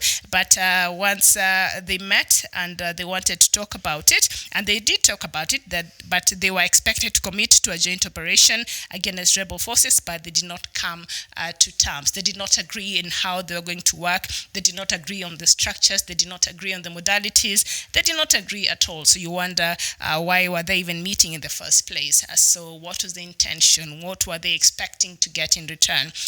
Were they now trying to meet and see if they could coerce UN to come in and help them fight? Well, UN is already having forces there in the DRC. I think that the government of DRC, together with the UN forces, should just form a coalition and work together, because that is enough forces in a country, and then to help out. And also DRC military, come on now. Do we not have a military in the Democratic Republic of Congo that can actually protect its people? I know even in Kenya here we have our own challenges, but you see our military very active in the places that are perceived to be volatile and are very, for such activities to take place. We see the government is always on alert, and should something happen, we see a reaction.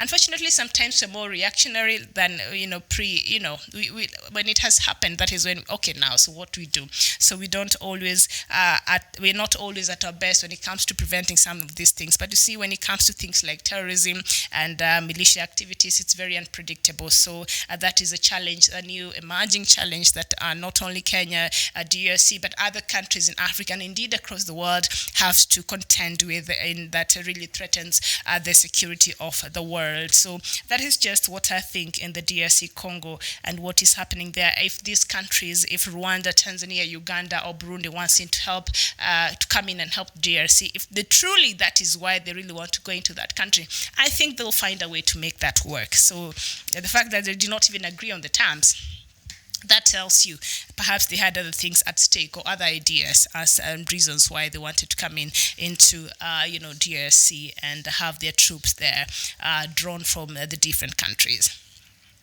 All right, so we look at Cameroon, and at least 7 people have died and others are feared trapped underground in a landslide that happened on Monday west of Cameroon.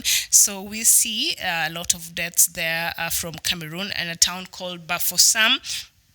People have lost their lives there and homes have been ruined. So It is the season of, not in Kenya, it's not very heavy rains. It has been pounding, and some places have been flooding in the country. And even yesterday, I think on our viewers, we were talking about South Sudan and the clock ticking, which, today is 13 days to go. And we said we'll continue having the countdown. And so, yes, indeed, even one of the viewers from South Sudan came out and said, you know what? Floods are really killing people in South Sudan, and it is mayhem over in South Sudan. So, even here in Kenya, we've been experiencing part of that. So we see now also in Cameroon, a lot of people, 37 people have died. So this is a huge number. And so we are just condoling with the families there that have experienced this loss. And we move to another developing story, the story of the Guineas.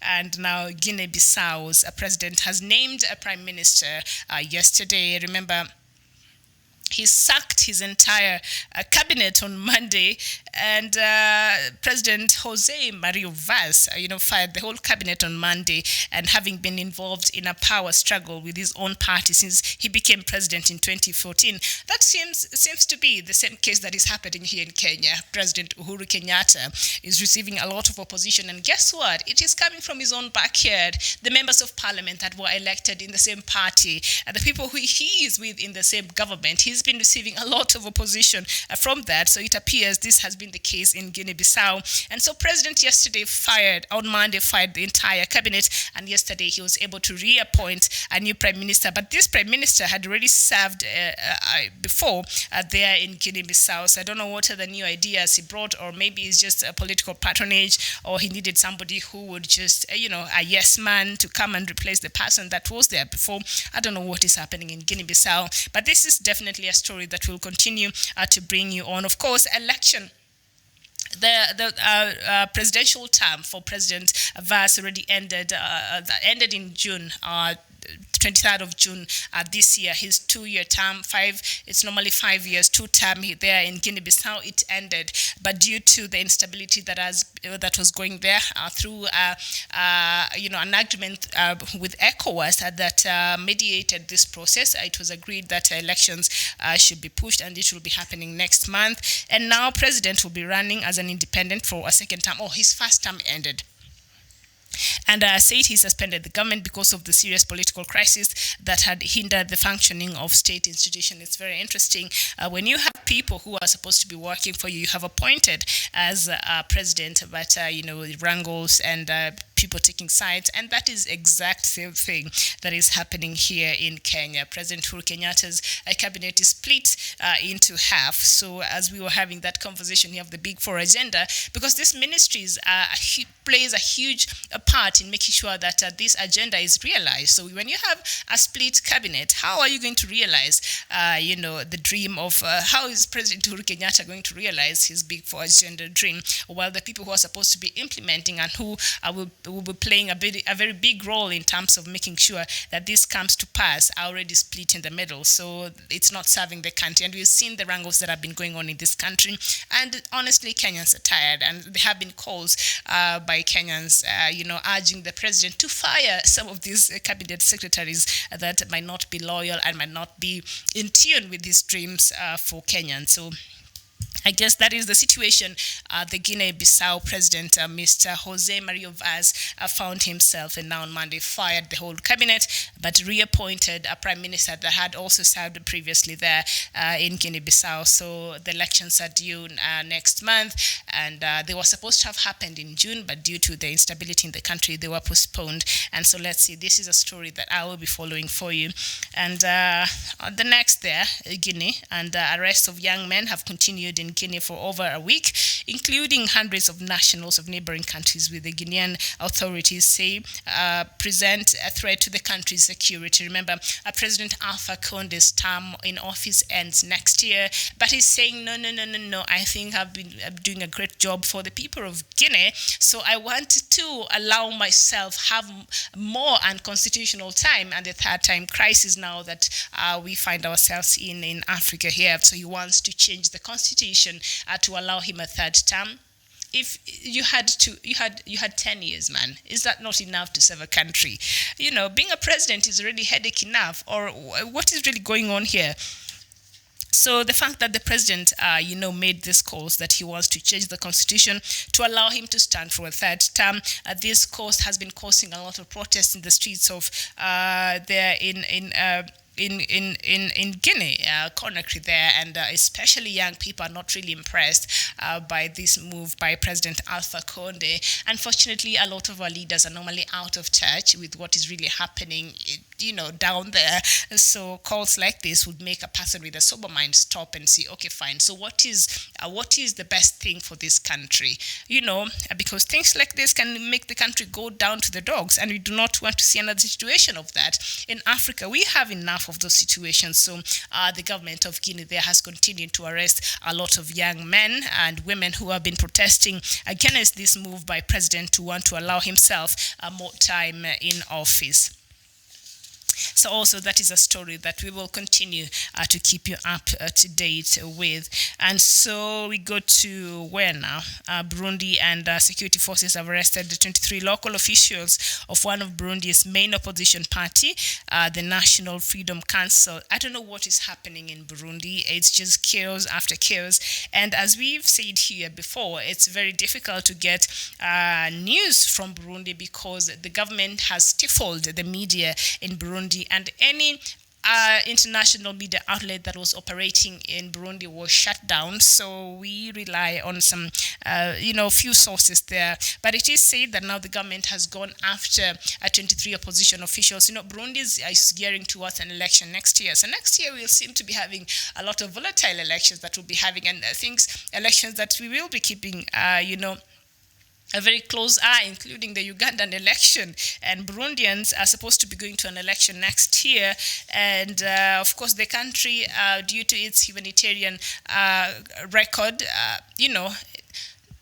the countries that were sponsoring Burundi have backed off. So the country is very broke. The economic situation is not very good. So it could not even afford to take care of its own elections. Well, a lot of African countries are not able to take care of their own elections. But hey, so Burundi's president Pierre Nkurunziza had sort of created a kitty where you just, if you go to the supermarket and you're shopping, you could drop a coin there that like those ones that go to Goodwill, and in schools. Especially, he was urging university kids and college children, that students to spare their lunch money and help in making sure that Burundi has a successful elections next year. But after he forced himself to changing the constitution in 2015, and the attempted coup that followed, President Pierre Nkurunziza has been going through tough times. Like the doctor keeps saying here, he can't even leave Bujumbura at all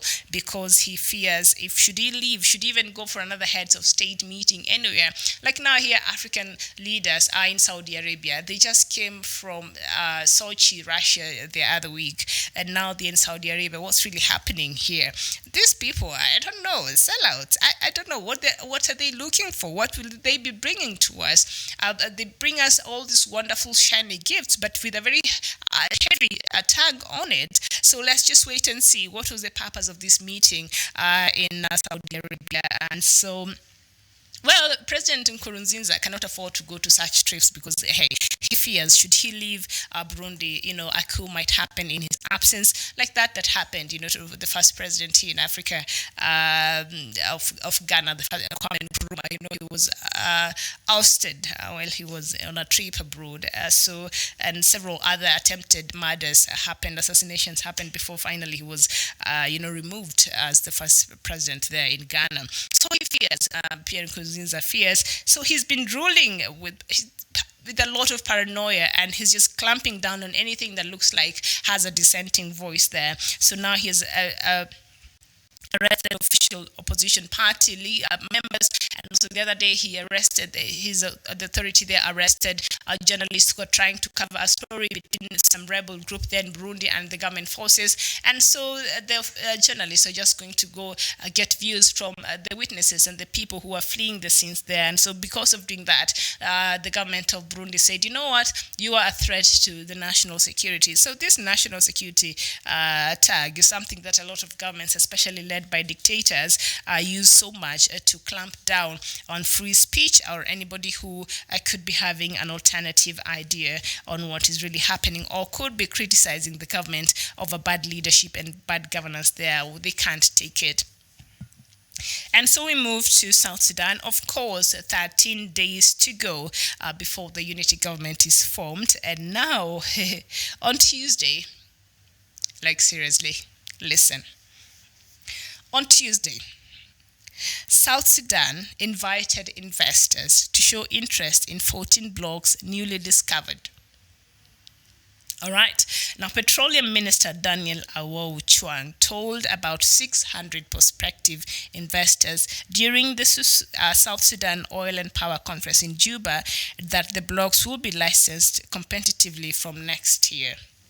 He said Juba hopes to establish a data room for the blocks in 2 months before licensing them on a competitive basis from early 2020, and the government hopes to interest financiers and new investors in the sector, especially those with strong linkages to other segments of the economy.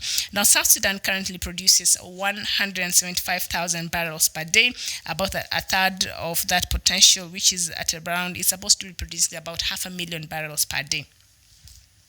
So I don't know if this could be the right timing for South Sudan to be holding such conferences there, and so inviting investors who have interest in the new discovered oil blocks. I don't know if this was the best timing for South Sudan, considering that the country does not even have proper structures that manages even the existing resources in oil that they have, and the volatile situation right now in South Sudan.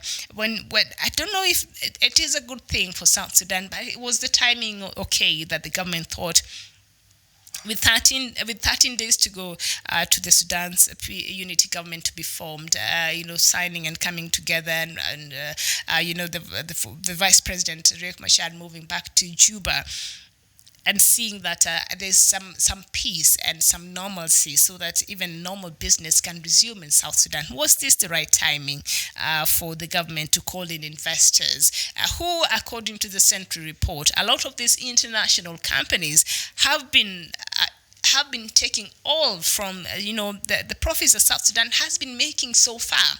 Well, was this the right time? And also there's a story that could be tying to that, the office of the president has cancelled a directive allocating 18 crude oil cargoes to a company that reportedly supplied the army with goods. So, of course, South Sudan right now, it has an arms embargo from the United Nations. They cannot, and other sanctions that they have because of the current situation in the country. So apparently the government, through the office of President Salva Kiir, had said, these companies have provided the army with this and this goods, although it was not very specified. So because they don't have the liquid cash or the money to pay, so we're going to give them 18 crude oil cargoes. See how people are. So I don't know if they estimated. Maybe it could have been more than the value could have been more higher compared to the kind of goods or services they provided the government and the army of South Sudan. So that is how the unfair trade and how South Sudan as a country is missing out and is losing out, because it does not have a strong negotiating point as it is right now. Because everybody out there knows South Sudan is struggling. So they come in and they pretend they're helping or they're bringing in things that you require. And at the end of the day, they end up gaining more from these resources that are coming out in South Sudan. And because they don't have much bargaining power as it is right now, I guess South Sudan will just take whatever that is available there. So when you look at that, and also now this investors session that South Sudan held on Tuesday, they are trying to auction out 14 blocks newly discovered in South Sudan. I don't think the timing is right, and this should not be the top of the list of the agenda. I think right now, even for any well-meaning investor to have interest in South Sudan, I think they will be interested in having a more peaceful, more conducive environment, because when there's no political stability in a country, it scares off investors. So these ones who are even interested in having these conversations at this time of the country is in a very precarious condition, but they don't mind. They're coming in still, because at the end of the day, we have established they don't care about us. These people who come, the US, France, Britain, anybody out there who comes purpose to want to help Africa, they're only advancing their foreign policies. And these foreign policies and this interest only serves their own people and their own interest. It is never in the interest of any African countries when these foreigners come in. That has been established. So in the case of South Sudan, you see the government holding this investors conference there in Juba on Tuesday and auctioning investors there. So there were about 600 prospective investors, 600 from across the world, because they know as long as South Sudan continues to be in the chaos that it is today, and there's no proper structures for checks and balances on the that will check the imbalance of trade and the and the economic of scales that will be taking place there, then they will be making a kill and at the expense of the people of South Sudan who should be benefiting this. Because if there are proper structures that would have checks and balances that actually and South Sudan would come from a stronger position in even negotiating some of these things, then it will be sort of uneven. It will be a win-win for both countries. But as it is right now, and the many people who showed the interest, who are not worried about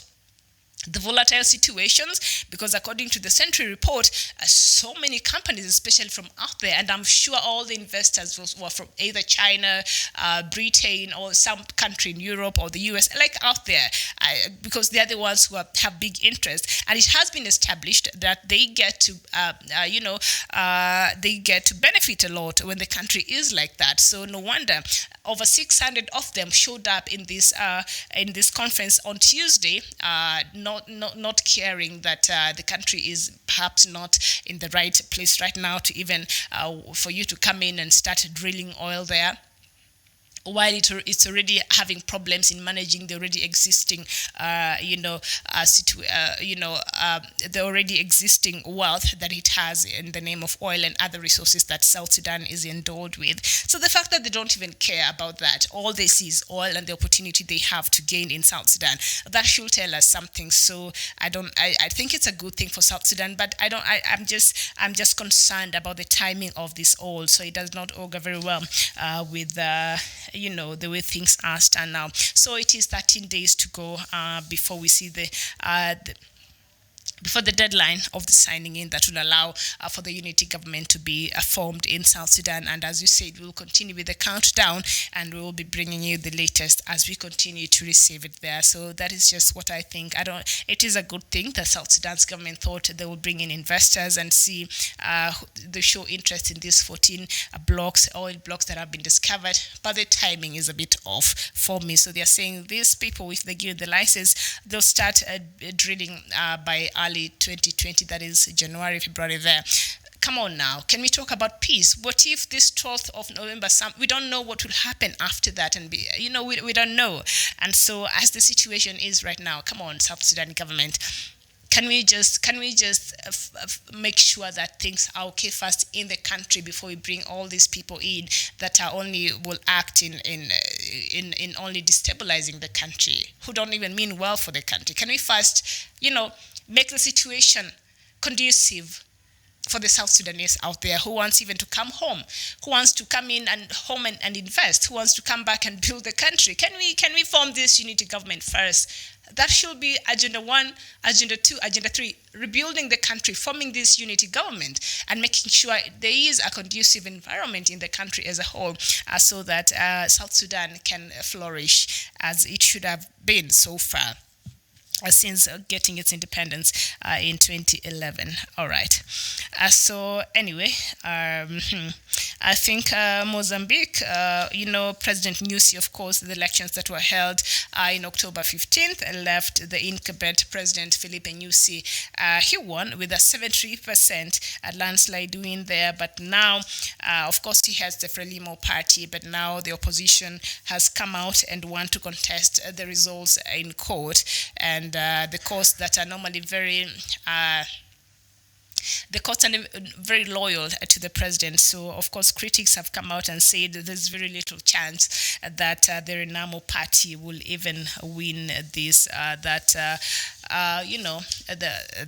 should they go to court, will they?